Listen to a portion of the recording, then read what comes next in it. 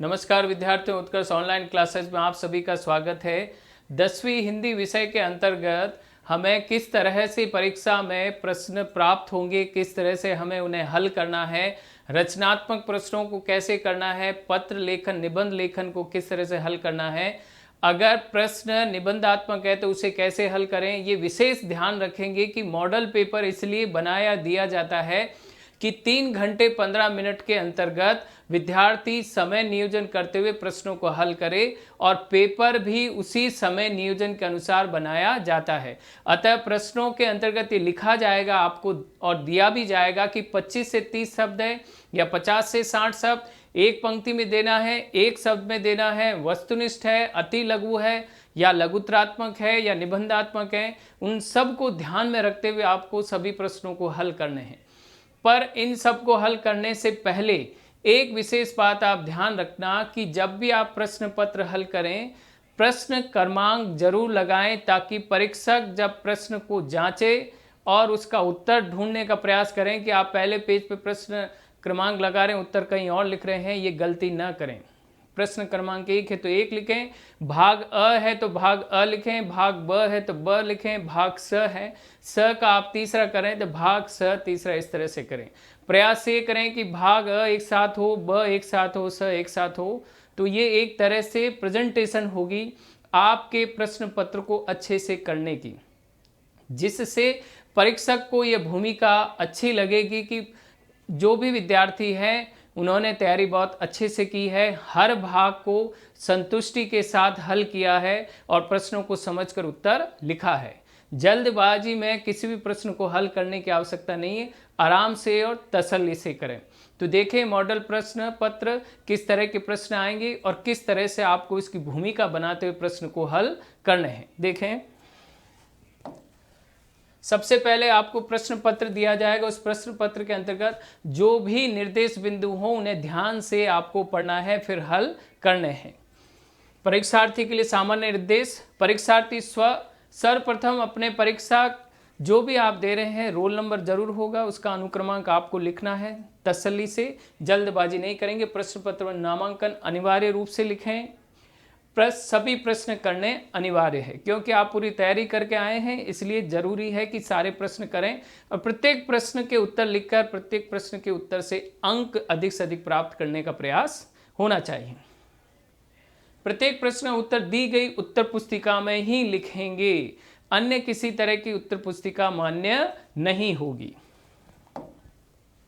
अब देखें, आपके जिन प्रश्नों में आंतरिक खंड उन सभी के उत्तर एक साथ ही लिखें। जैसा कि मैंने कहा, खंड अ है तो अ के एक साथ आप सारे प्रश्नों का हल कर लें, खंड ब है तो ब के एक साथ कर लें, खंड स है तो एक साथ कर लें।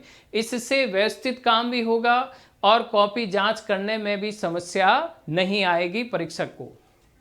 प्रश्न का उत्तर लिखने से पूर्व प्रश्न का क्रमांक अवश्य लिखें। प्रश्न नंबर 5 इस तरह लिखें, फिर उसके बाद नीचे उत्तर लिखें। किसी भी तरह की काट छाट न करें क्योंकि इससे परीक्षक पर गलत प्रभाव पड़ता है कि हर प्रश्न को कई बार विद्यार्थी लिखते हैं, काट देते हैं, फिर लिखते हैं, फिर काट देते हैं कि ये नहीं ये करता हूँ, ये नहीं ये करता हूँ। हड़बड़ी से नहीं, बड़ी तसल्ली से आराम से आपको प्रश्नों के उत्तर देने हैं। प्रश्नों का अंक भार किस तरह का होगा? बिल्कुल व्यवस्थित तरीके से बनाया गया प्रश्न पत्र होगा। आपको ध्यान रखना है कि कौन से प्रश्न मैंने कर लिए हैं, कौन से मेरे बाकी और किस अंक के हैं। देखें, पहले क्वेश्चन खंड अ, पहला क्वेश्चन 1 से लेकर कुल 20 क्वेश्चन होंगे आपके प्रश्न। तो 1 से लेकर 10 तक जो प्रश्न होंगे वस्तुनिष्ठ प्रश्न होंगे और उसके बाद 11 से उसके बाद 20 जो प्रश्न होंगे वो आपके एक शब्द या एक पंक्ति में आपको उसका उत्तर देना होगा। उसके बाद आपके प्रश्नों की संख्या होगी 8, 12 से लेकर 19 तक 8 प्रश्न होंगे और प्रत्येक प्रश्न के अंक 2 होंगे। पहले वाले 20 प्रश्न के प्रत्येक प्रश्न का 1 अंक, 20 अंक हो गए। उसके बाद 8 प्रश्न प्रत्येक 2 अंक का अति लघुत्रात्मक प्रश्न होंगे, जिनका उत्तर आपको एक पंक्ति या उससे अधिक 2 पंक्तियों में देना, इससे ज़्यादा नहीं देना। विशेष ध्यान रखें, प्रश्न पत्र हमेशा टाइम मैनेजमेंट के अनुसार बना होता है, उसी के अनुसार आपको भी जवाब लिखने हैं ताकि सारे प्रश्न आप समय अनुसार हल कर सकें। 20 से 23 प्रश्न तक 4 प्रश्न होंगे और प्रत्येक प्रश्न कितने अंक का होगा? 4 अंक का होगा। तो एक प्रश्न जो होगा वह आपके आएगा अपठित गद्यांश का, एक प्रश्न आएगा आपके पद्यांश से, एक प्रश्न आएगा आपके गद्यांश से, और एक प्रश्न आएगा कवि परिचय। जयशंकर प्रसाद आ जाए या सुमित्रा नंदन पंत आ जाए, कोई भी आ जाए, उसके किसी एक कवि का कवि परिचय, जन्म स्थान, उसकी शिक्षा वगैरह के बारे में आपको लिखना होगा। 24 से 25 2 प्रश्न होंगे। इसके अंतर्गत आपको यातायात सांकेतिक जो प्रश्न होंगे वो संकेत दे दिए जाएंगे, उनको पहचान कर आपको उनका नाम लिखना होगा। वह एक प्रश्न वह होगा 5 नंबर का, और एक होगा आपके पत्र लेखन। पत्र किस तरह से करना है और कॉपी में किस तरह से हमें लिखना है, उसका फॉर्मेट क्या, अभी सब हम उस विषय वस्तु पर बात करेंगे। और तत्पश्चात 26 से 28 3 प्रश्न होंगे। प्रत्येक प्रश्न 6 अंक का होगा। इसमें आपके 2 आएंगे गद्यांश और पद्यांश, एक होगा पठित गद्यांश, एक होगा पठित पद्यांश। किताब में जो आपने कविता पढ़ी उसका, किताब में जो आपने गद्य पढ़ा उसमें से एक प्रसंग आएगा, उसकी आपको व्याख्या करनी होगी। तो 6-6 नंबर के 2 प्रश्न हो गए, और एक प्रश्न आएगा आपका निबंध का। निबंध को भी आपको अच्छे से करना है, 6 अंक का है, पूरे में से पूरे 6 अंक आए। इसकी विशेष तैयारी आपको कैसे करनी, इस विषय पर भी हम बात करेंगे। तो देखें किस तरह के प्रश्न बनते हैं इन अंकों के अनुसार। तो इस तरह से पूरे अंक बनाकर आपको अच्छे से पूरे में से पूरे अंक प्राप्त करने हैं। कोई भी प्रश्न छूटना नहीं चाहिए। प्रत्येक प्रश्न को हल करके उससे अंक प्राप्त करेंगे तो आपको ज़्यादा से ज़्यादा अंक प्राप्त होंगे।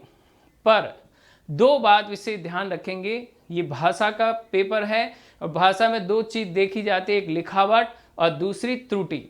तो किसी भी तरह की त्रुटि ना हो। लिखावट अभी से आप अभ्यास करें कि अच्छे से अच्छे लिखने का अभ्यास करें, फॉर्मेट को सीखें, पत्र लेखन कैसे किया जाता है, निबंध कैसे किया जाता है, व्याख्याएं कैसे लिखी जाती है। ये पूरे में से पूरे अंक प्राप्त करने वाले विषय वस्तु है। वस्तुनिष्ठ में भी पूरे में से पूरे अंक प्राप्त होते हैं, एक शब्द या एक पंक्ति में भी पूरे में से पूरे अंक प्राप्त होते हैं। तो आप विषय वस्तु को अच्छे से पढ़ेंगे तो आप अच्छे से अच्छे अंक प्राप्त भी कर सकते हैं। देखें, मॉडल माध्यमिक परीक्षा 2021 मॉडल प्रश्न पत्र विषय हिंदी, समय देखें 3 घंटे 15 मिनट, और पूर्णांक कितने अंक का है? देखें 80 नंबर का है, ये देखें 80 अंक का। देखें प्रथम प्रश्न, निम्नांकित प्रश्नों में से दिए गए सही विकल्प का चयन कर उत्तर पुस्तिका में लिखिए। प्रत्येक प्रश्न 1 अंक का है, 10 प्रश्न आएंगे। तो प्रश्न नंबर 1 आप लिख देंगे उसके अंदर अ, प्रश्न नंबर 2 आप उसमें लिख देंगे स, प्रश्न नंबर 3 आप उसमें लिख देंगे द। इस तरह से आप सिलसिलेवार उत्तर लिखते जाएंगे। तो देखें किस तरह से प्रश्न है कि मृगनयनी शब्द में कौन सा समास है। तो यहाँ आपको सीधे से समझना है कि कौन सा उत्तर हो सकता है। जैसा आपने समझ, मान लीजिए अगर ये प्रश्न इसका उत्तर आ गया ब, मृगनयनी जिसकी आंखें हिरणी की तरह सुंदर हो, तो उसकी विशेषता बताई जा रही है। और विशेषता किस में होती है? कर्मधारय समास में। तो पहला प्रश्न नंबर 1 और उत्तर क्या हो गया आपका ब। आगे ब लिखकर भी आप लिखेंगे कर्मधारय समास, केवल ब लिख के नहीं छोड़ना है। ब के साथ आपको जो भी आप ऑप्शन में दे रखा है, कर्मधारय तो कर्मधारय लिखें, दिगु है तो दिगु लिखें। तो हमारा इसमें उत्तर क्या है? कर्मधारय। तो आपको यहाँ क्या लिखना है? कर्मधारय समास। कई विद्यार्थी प्रश्न पत्र में टिक कर देते, कॉपी में लिखना भूल जाते हैं। परीक्षक के पास प्रश्न पत्र नहीं जाएगा, आपका आंसर की जो आपकी कॉपी है आंसर शीट वो जाएगी। उसका विशेष ध्यान रखें कि प्रश्न पत्र में टिक कर दिया, कॉपी में नहीं लिखा था, अंक कहाँ से आएंगे? तो विशेष ध्यान रखें। नंबर 1 ब कर्मधारय समास। बेखबर उपसर्ग कौन सा समास है? जैसे हमने पढ़ा है बे उपसर्ग है, जिस समास में उपसर्ग आता है उसे अव्ययीभाव समास कहा जाता है। तो देखें ये तत्पुरुष, बहुव्रीहि, अव्ययी, द्विगु। तो स उत्तर है। तो उत्तर सेकंड नंबर 2 स अव्ययीभाव, इस तरह से लिखेंगे। तो इस तरह से सारे प्रश्नों को, जैसे ये समास का संख्यावाची समास, जिस समास में पहला पद संख्यावाची होता है उसे कहते हैं। तसल्ली से ध्यान से पढ़ना है, परिभाषाओं से भी प्रश्न बनते हैं जैसा कि बना है। तो जिस समास में पहला पद संख्यावाची हो उसे क्या कहते हैं? दिगु, तत्पुरुष, कर्मधारय, द्वंद्व। सही उत्तर क्या है? दिगु। तो इस तरह से 10 प्रश्नों को सिलसिलेवार अच्छे से पढ़कर उनका आपको उत्तर देना है। तो देखें इस तरह ये आ गया। घनश्याम में कौन सा समास है? वर्तनिक दृष्टि से शुद्ध शब्द। ये विषय ध्यान रखें, शुद्ध शब्द कौन सा है, गलती से अशुद्ध पर टिक न कर दें। शुद्ध शब्द यहाँ प्रदर्शनी, गोपनीय, कनिष्ठ, अतिथि, द उत्तर है। तो नंबर 5 द अतिथि, इस तरह से लिखेंगे। क्या लिखेंगे? क्वेश्चन नंबर 5 उत्तर द अतिथि। ऑप्शन का भी पूरा व्यवस्थित लिखना है कि ये दिया गया है, स में दिया गया, द में ये दिया गया, ये भी आपको लिखना है। वर्तनिक दृष्टि शुद्ध शब्द कौन सा है? वर्तनी का मतलब शुद्ध शब्द। तो यहाँ देखें, उज्ज्वल, समर्थ, अनाधिकार, अनुग्रह। सही उत्तर क्या है? अ। तो ज दोनों, उज्ज्वल में दोनों ज स्वर रहित आते हैं। तो इस तरह से देखें प्रश्न 7, 8, 9, 10, इस तरह 10 प्रश्न आपको दिए जाएंगे, उनको आप बराबर हल करते जाएंगे। तो निम्नलिखित में अशुद्ध शब्द कौन सा? बीमार, या अशुद्ध पूछा है शाप, अष्टवक्र। अष्टवक्र नहीं होता, अष्टावक्र होता है। निम्न में अशुद्ध शब्द है भास्कर, वरिष्ठ, अनुच्छेद, पूज्य जो है ये अशुद्ध शब्द है, पूज्य। तो इस तरह से आप लगातार हल करते जाएं। निम्नलिखित प्रश्न उत्तर एक शब्द या एक पंक्ति। अगर वन वर्ड की तरह एक क्वेश्चन आता है तो एक शब्द में दें, और एक पंक्ति की जरूरत है तो एक पंक्ति में दें। सूरदास के प्रवीण काव्य ग्रंथ का नाम लिखिए। साहित्य लहरी, सुरसागर, इस तरह से कोई भी 3 है, उनमें से कोई एक आप लिख सकते हैं। लक्ष्मण के व्यंग्य वचनों किसने क्रोधाग्नि बढ़ाई? परशुराम जी ने। रानी लक्ष्मीबाई बचपन कौन सा खेल खेला करती थी? जैसे कि हमने पाठ में पढ़ा है कि तीर से, कमान से, भाले से, इस तरह से वो खेला करती थी। त्रिपिटक किस धर्म का प्रमुख ग्रंथ है? जैन धर्म का या बौद्ध धर्म का? ध्यान से आपको पाठ में पढ़ना है। ईर्ष्या से बचने उपाय लेखक ने क्या बतलाया है? बाल की खाल निकालना, मुहावरे का अर्थ लिखिए। केवल अर्थ लिखना, वाक्य प्रयोग नहीं करना, विषय ध्यान रखेंगे। पर उपदेश कुशल बहुतेरे, लोकोक्ति का अर्थ लिखना है। दूसरों को उपदेश देना बहुत आसान होता है। केवल इतना, जितना पूछा उतना आंसर लिखें, पूरे में से पूरे अंक प्राप्त होंगे।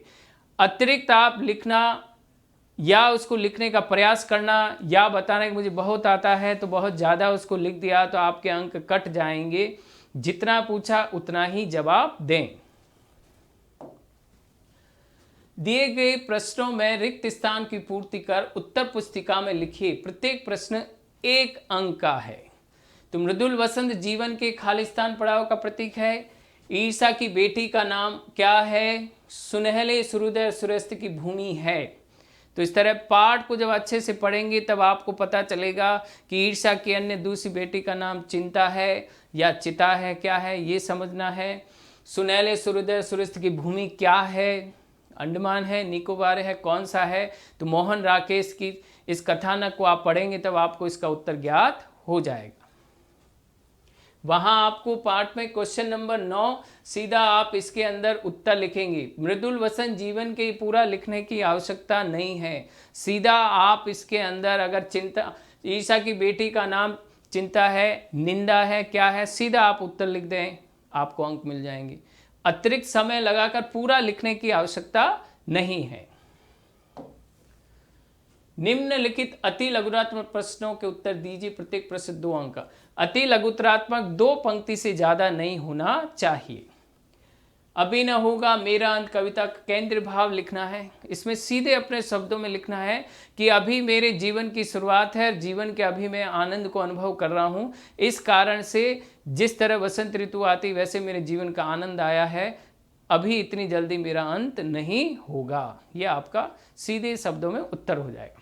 सूरदास पाठ के आधार पर राधा कृष्ण के मध्य वार्तालाप का सारांश लिखिए। सारांश माने आप किसी फिल्म को देखते हैं और आपका मित्र अगर उस फिल्म के बारे में पूछता है तो आप उस 3 घंटे की फिल्म को देख कर आए, उसे 10 मिनट में आप सुना देते हैं। वही चीज़ इसके अंदर लिखनी है कि पूरा पाठ पढ़ा है लेकिन सारांश अपने शब्दों में, जिस तरह से 10 मिनट की फिल्म के बारे में बताया वैसे इस पाठ के अंदर आपको सारांश रूप में लिखना है। प्रकृति पद्मिनी के अंशुमाली, प्रभु कवितम अंशुमाली शब्द किसके लिए आया है और क्यों आया? पहले ये समझना है कि अंशुमाली किसे कहते हैं? सूर्य को कहा जाता। उससे संबंधित भाव यहाँ पर कवि ने किसके रूप में दिया है वो आप अपने शब्दों में लिखें। रामधारी सिंह दिनकर ईर्ष्या से बचने का उपाय बताएं, कोई 2 उपाय बताने हैं कि मानसिक अनुशासन है या किस तरह उसे धीरे धीरे हम उस चीज़ से हटें और भूलें, ताकि हम ईर्ष्या करना बंद कर दें, उन कारणों को हटा दें जिसके कारण से हमारे मन में ईर्ष्या उत्पन्न होती। तो कई कारण लेखक ने वहाँ बताएं, उसे आपको समझकर उत्तर लिखना है। प्रत्येक पाठ को अच्छे से पढ़ें। प्रश्न पाठ के मध्य में पंक्ति उठाकर भी पूछे जाते हैं, तो अगर पंक्तियां सारी या पाठ पूरा ध्यान में होगा तो आप आंसर अच्छे से लिख पाएंगे। आखिरी चट्टा निबंध का लेखक एक टीले से दूसरे टीले पर क्यों पहुंचना चाहता था? पहले देखना होगा कि इसका लेखक जो है कौन थे। मोहन राकेश। वे कहाँ गए थे? अंडमान निकोबार की यात्रा में। वहां से उन्होंने क्या क्या चीजें यात्रा में लिखी, उसको दिमाग में लाते वो चीजें आपको यहाँ लिखनी है। ईदगाह कहानी किस पात्र को सर्वाधिक प्रभावित किया? पूरी कहानी पढ़ ली। अब हमें देखना होगा कि सबसे महत्वपूर्ण कौन था, हामिद था या अमीना थी या हामिद के सारे मित्र थे। ये चीज़ को सोचकर आप उत्तर लिखें और अपनी बात को लिखते समय उससे प्रूव भी करें, तर्क दें कि इस कारण से मुझे पात्र पसंद आया है। बाजी मारना मुहूर्त का अर्थ वाक्य में प्रयोग करना है। बाजी मारना जीत हासिल कर लेना। अब उसको आप वाक्य प्रयोग करके अच्छे से स्पष्ट शब्दों में लिख दीजिए। अर्थ हमेशा मुहावरा लिखकर उसके आगे अर्थ लिख दें, अगली पंक्ति नीचे वाक्य शब्द लिखकर वाक्य प्रयोग कर दें। डूबते तिनके के सहारा लौकिक अर्थ वाक्य में प्रयोग कीजिए। डूबते के सहारा एकमात्र किसी तरह से सहारा प्राप्त हो जाना, यह अर्थ लिख के फिर वाक्य प्रयोग कर दीजिए। निम्नलिखित अपठित पद्यांश को ध्यानपूर्वक पढ़कर प्रश्नों के उत्तर लिखिए। अपठित पद्यांश होगा, ध्यान से आपको ये एक एग्जाम्पल दिया गया है। यहाँ परीक्षा में कोई भी अनसीन पैसेज आ सकता है, कोई भी अनसीन कविता आ सकती जो आपने नहीं पढ़ी है, उसे अच्छे से पढ़ना है। जैसे चाह नहीं मैं सुरबाल के गहनों में गूथा जाऊं, चाह नहीं सम्राटों के सर पर हे हरि डाला जाऊं, चाह नहीं देवों के सिर पर चढ़ू भाग्य पर इठलाऊं। अब इसको अच्छे से पढ़कर फिर नीचे प्रश्न दे रखे हैं। उपयुक्त काव्यांश का उचित शीर्षक दीजिए। सीधे शब्दों में अगर इसे पढ़ रखा है या पढ़ी भी आ जाए, इत्तेफाक से आ जाए, या पाठ अच्छे से पढ़ लिया और समझ में आ गया केंद्र भाव, तो हम यहाँ अगर इसका हम लिखना होगा तो क्या लिखेंगे? पुष्प की अभिलाषा। रेखांकित शब्द इठलाऊं का अर्थ क्या है? इतराना। उपयुक्त काव्यांश की मूल संवेदना, क्या मूल भाव है इस काव्य का? इसके अंतर्गत कम से कम 2 से 3 पंक्तियों में आपको इसका उत्तर लिखना होगा कि पुष्प की क्या अभिलाषा है, वो क्या चाहता है, कहाँ अपने आप को अर्पित करवाना चाहते हैं, सारी चीज़ इसमें लिखिए। ध्यान से पढ़कर अपने शब्दों में लिखना है। पंक्तियाँ 8-9 होगी, लेकिन आपको भाव उसका 3 पंक्तियों में देना, इससे ज़्यादा नहीं देना है। निम्नलिखित पद्यांश को ध्यानपूर्वक पढ़ के दिए गए प्रश्न उत्तर लिखिए। अथवा में आएगा, 2 पद्यांश होंगे, आपको अच्छे से पढ़ना है उन्हें। तो परीक्षा में देखें कई बार 3 भी दे दिए जाते हैं पद्यांश, तो आपको उनमें से कोई एक करना है, सारे नहीं करने। ये विशेष ध्यान रखें, जो आपको सरल लगे, बहुत ही आसान लगे, उन शब्दों को समझ में आ रहा है तो आप तत्काल उसको हल कीजिए। जरूरी नहीं कि जो पहला है उसे ही आप हल करने, ये भी कर सकते हैं। फूलों की राह पुरानी, सूलों की राह नहीं साथी, सुमनों के पद पर चढ़नो कितने ही चिन्ह पड़े होंगे। इस तरह ये पूरी कविता पढ़नी है और जहां आपको शब्दों के अर्थ को भी ध्यान रखना है। लालायत मने प्राप्त करने की इच्छा, सूलो मने कांटे, तो शब्दों के अर्थ को भी समझते जाना है। वही प्रश्न शीर्षक दीजिए, राह अछूती कौन सी रह गई, कौन सी राह को नहीं माना गया और क्यों। तो इस तरह 2 पद्यांश आए, दोनों में से कोई एक करना। अथवा अगर किसी 2 प्रश्न के मध्य है, इसका मतलब है कि विकल्प है, या तो पहला कर लें या दूसरा कर लें, दोनों करने की आवश्यकता नहीं है। निम्नलिखित लघुतरात्मक प्रश्नों उत्तर दीजिए। अब लघुतरात्मक प्रश्नों को कम से कम 3 पंक्ति में आपको उत्तर लिखने हैं। लक्ष्मण परशुराम संवाद प्रसंग के आधार पर लक्ष्मण के चरित्र की विशेषता लिखनी है। तो आप उसमें विशेषता के अंतर्गत पॉइंट में भी लिख सकते हैं। क्रोधी स्वभाव, बड़े भाई का आज्ञाकारी, गुरुजनों का सम्मान करने वाला, अपमान सहन न करने वाला। इस तरह आप बिंदु बनाकर, पॉइंट्स बनाकर उसके बारे में एक एक व्याख्या लिख सकते हैं। अथवा भ्रमर गीत प्रसंग के आधार पर गोपियों के कृष्ण के प्रति उनके प्रेम का वर्णन कीजिए कि किस तरह से गोपियां कृष्ण की विरह में जल रही हैं, उन्हें याद कर रही है और उनके बिना नहीं रह सकती है, हर समय कृष्ण का सामीप्य प्राप्त करना चाहती है। तो इस तरह से भाव को समझकर अपने शब्दों में व्यक्त करेंगे, एक फ्लो में सिलसिलेवार आप उसको लिखते जाएंगे तो विषय वस्तु समझ में भी आएगी और परीक्षक भी आसानी से जांच कर पाएगा। ईदगाह मुंशी प्रेमचंद की बाल मनोविज्ञान की चरित्रार्थ करने वाले प्रतिनिधि कहानी कथन के आलोक में अपने विचार प्रकट कीजिए कि क्या ये जो कहानी है बच्चों के विचारों को व्यक्त करने वाली वास्तव में कहानी है, कि कहानी में पात्रों का चयन बहुत ही खूबी से किया गया है, संवाद बिल्कुल पात्रों के अनुकूल है, बच्चे जिस उम्र में जिस तरह की बातें करते हैं उसी तरह से कहानी में कही गई है और बिल्कुल बच्चों के सोच या विचार को व्यक्त करती हुई कहानी को लेखक ने रचित किया है। इस तरह से अपने शब्दों में इसे उत्तर और शब्दों में व्यक्त करके लिखें। द्विवेदी जी ने महिला शिक्षा के समर्थन में कौन कौन से तर्क दिए, पाठ के आधार पर आपको लिखना है कि पुराने समय में कौन कौन सी विशेष विदुषी महिलाएं थी, किसने शंकराचार्य को अपने वाक चातुर्य से अपने ज्ञान से हरा दिया था। इस तरह के बहुत से उदाहरण हैं, उन उदाहरणों को ध्यान में रखते हुए आप उत्तर लिखेंगे और जैसा पूछा गया उतना ही आप उत्तर देंगे तो आपके पूरे में पूरे अंक प्राप्त होंगे। बात को घुमा फिरा कर लिखेंगे तो परीक्षक भी समझ जाएगा कि विद्यार्थी केवल पंक्तियां भर रहा है और अंक प्राप्त करना चाहता है, तो ऐसा संभव नहीं है। विषय ध्यान रखें। निम्नलिखित साहित्यकारों का जीवन में कृतित्व परिचय दीजिए। कहाँ जन्म हुआ, कहाँ मृत्यु हुई, शिक्षा कहाँ प्राप्त की और कौन कौन सी उन्होंने रचनाएं लिखी है, विशेष आप उसको अंडरलाइन करके लिखेंगे। जयशंकर प्रसाद, कहाँ इनका जन्म हुआ, काशी के बनारस के अंदर इनका काशी में सुंगनी साहू के नाम से प्रसिद्ध थे। बाल्यकाल से ही इन्होंने लेखन कार्य शुरू कर दिया था और काव्य रचना करना इनकी विशेष शौक था। तो इस चीज़ को विशेष ध्यान रखें, कौन कौन सी इनकी रचनाएं थी। आंसू थी, लहर थी, झरना थी, प्रेम पथिक थी, इस तरह कामायनी इनकी विशेष रचना थी। इस तरह आप इसके बारे में लिख सकते हैं। या अथवा भारतेंदु हरिश्चंद्र, आधुनिक गद्य के बहुत बड़े प्रवर्तक, जिन्होंने इतने गद्य लिखे कि हमें पता चला कि वास्तव में कहानी, नाटक, एकांकी, रिपुता इस तरह से लिखा जा सकता है। हरिश्चंद्र मैगजीन, शकुंतला नाटक, इस तरह की बहुत सी रचनाएं इन्होंने लिखी। उपयुक्त अब इस तरह, अब देखें खंड द आ गया। खंड द में देखें किस तरह के, प्रत्येक प्रश्न 5 अंक का है। देखें, उपयुक्त प्रदर्शित यातायात चिन्हों का सांकेतिक बताओ, इनका विश्लेषण कीजिए। यहाँ जितने चिन्ह हैं उनमें से कोई भी आ सकता है। वाहन आगे न जाने दे, पैदल जाने वालों का रास्ता है, कृपया दाएं मुड़िए, कृपया बाएं मुड़िए, आगे न जाएं, पुल है, इस तरह के बहुत से संकेत होंगे। उन संकेतों का आपको ध्यान में रखते हुए इसे एक एक, जिस तरह ये संकेत आ गया तो इस तरह यहाँ पर नीचे आप लिखेंगे। या अस्पताल का संकेत आ गया तो अस्पताल नीचे लिखेंगे कि आगे अस्पताल है, या आप कोई और संकेत आ गया आगे विकट मोड़ है, इस तरह लिखें। 5 आएंगे और 5 अंक के होंगे, पूरे में से पूरे अंक हैं ये। यातायात साधनों के संचालन नियमों का पालन करना क्यों अनिवार्य है? सही प्रकार की यदि वाहन न चलाए तो होने वाली समस्या, दुर्घटनाओं पर प्रकाश डालना है।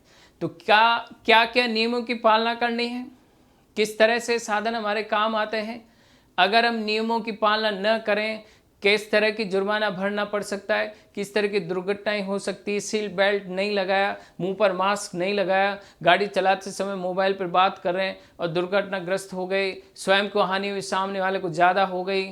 तो हर चीज़ की बातों को ध्यान में रखते हुए इस प्रश्न का उत्तर आप लिखें। नेक्स्ट देखें अगला, ये भी 5 नंबर का है।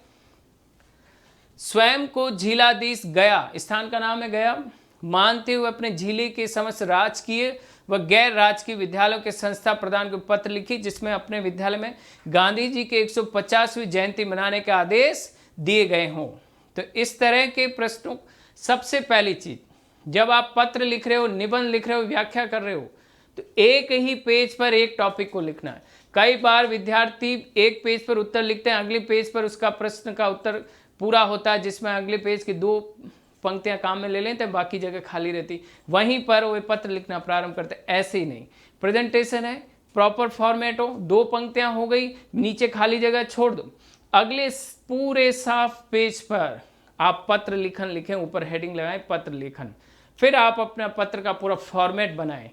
आपको प्रश्न लिखने की आवश्यकता नहीं है, सीधे प्रश्न नंबर लगाएं और प्रश्न पत्र को हल करना शुरू कर दें कि क्या कौन सा पत्र है, औपचारिक अनौपचारिक जो भी आपका है वह पत्र, सीधे आप उसको लिखना प्रारंभ कर दें। प्रत्येक फॉर्मेट के अंक अलग अलग होंगे। यह हम अपने पाठ में पढ़ा है, अपने पत्र लेखन के अंदर, कि प्रारंभ में जो पंक्तियां हैं संबोधन के उसमें कितने अंक होंगे, बीच में जो कुछ आप लिखेंगे उसके कितने अंक होंगे, अंत में आप भवदीय लिख रहे हैं, आपका शिष्य लिख रहे हैं, आपका प्रिय शिष्य आज्ञाकारी शिष्य उसके अंक अलग हैं। तो ये पूरे इस तरह से आपको अंक प्राप्त होंगे। तो व्यवस्थित एक ही पेज पर केवल एक प्रश्न, केवल पत्र लेखन दिखाई देना चाहिए, अन्य कुछ भी लिखा हुआ नहीं होना चाहिए। अथवा दो ऑप्शन आएंगे, स्वयं को उदयपुर निवासी अर्पिता महंत अपने जिला पुलिस अधीक्षक को सुरक्षा संबंधी पत्र लिखते हैं, आपके मोहल्ले में बाहरी लोगों द्वारा की जा रही संदेहास्पद गतिविधियों का उल्लेख कीजिए। यह औपचारिक पत्र है। व्यवस्थित तरीके से फॉर्मेट बनाएं और इसका उत्तर लिखें। खंड य, निम्नलिखित बिंदुओं के आधार पर निम्न में से किसी विषय पर 300 शब्दों में निबंध लिखना है। 300 शब्द का अर्थ है औसतन एक पंक्ति में 10 शब्द आते हैं, तो 300 शब्दों का तात्पर्य क्या हो गया? तो 10 का भाग देने कितने आ जाएंगे आपके? 30 पंक्तियां होनी चाहिए। तो एक पंक्ति में कितने हो गए? 10 शब्द। तो 10 पंक्ति में 100 शब्द, 30 पंक्ति में 300 शब्द। तो इस तरह 300 से थोड़े ज़्यादा हो सकते हैं, लेकिन ऐसा नहीं है 500 शब्दों में लिख दें। समय मैनेजमेंट के अनुसार ये पेपर बनाए, उसी को ध्यान में रखते हुए आपको शब्द सीमा दी जा रही है। तो भारतीय संस्कृति पर्यावरण संरक्षण ये भी उसी तरह पत्र की तरह करना है। पूरे पेज पर अन्य कोई क्वेश्चन नजर नहीं आना चाहिए, न उत्तर, केवल ऊपर लिखा होना चाहिए निबंध लेखन। निबंध जिस विषय पर लिख रहे हैं उस विषय को बड़े गहरे अच्छे अक्षरों में उसे व्यवस्थित लिखें। जैसे भारतीय संस्कृति पर्यावरण संरक्षण, तो सबसे ऊपर निबंध लेखन, उसके नीचे इसका विषय वस्तु के बारे में वर्णन होना चाहिए, अर्थात कि ये शीर्षक या टाइटल लिखा हुआ ऊपर इस तरह से होना चाहिए। उसके बाद आप प्रस्तावना नंबर 1 प्रस्तावना लिखकर अंडरलाइन करें, फिर इसके बारे में लिखें। प्रत्येक निबंध की प्रस्तावना अलग होगी। प्रस्तावना का अर्थ है भूमिका। आप उसके अंदर पूरी तरह से एक विचार करके शब्दों का प्रयोग करके वहां पर उसको प्रस्तुत करेंगे प्रस्तावना में। फिर वृक्ष संरक्षण, वृक्षों का बचाव कैसे हो, नदी पर्वत संरक्षण किस तरह से होता है। उपसंहार का अर्थ होता है निष्कर्ष। इसमें आप अपने विचार दें कि इनके संबंध में हम क्या कह सकते हैं, वो आपकी राय होगी उपसंहार के अंदर। अपनी भाषा में व्यवस्थित सही तरीके से और सीमित शब्दों में, जितने शब्द आपको कहें उतने में ही आपको निबंध पूरा करना है। किसी भी तरह की फालतू बात नहीं लिखनी, घुमा फिरा करके पेज भरने की प्रयास मत करना। परीक्षक एक एक पंक्ति को पढ़कर अंक देता है, विषय ध्यान रखें। यदि मैं भारत का प्रधानमंत्री होता, एक ये निबंध है। इंटरनेट वरदान का अभिशाप, एक ये निबंध है। इस तरह से आपको 3-4 निबंध दिए जाएंगे, उन 4 में से कोई एक आपको करना है। निम्नलिखित पद्यांश की सप्रसंग व्याख्या कीजिए। तो ये आपके पाठ में पढ़े हुए में से आएगा। अलग से अनसीन जो है वो दूसरा आ चुका एक, अब ये आएगा 2, एक गद्यांश एक पद्यांश, जो कि आपके पाठ से लिया गया है।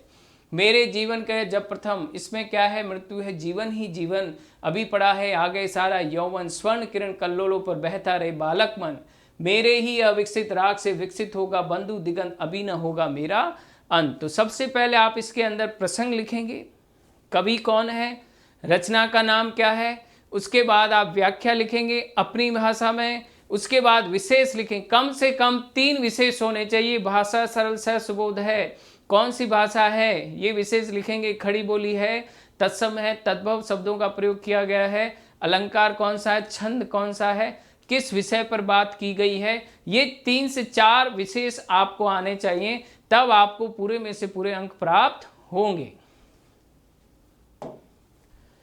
अथवा प्रसार तेरी दया का कितना ये देखना है, देख सागर, ये भी एक हमारे पठित पद्यांश से आया है।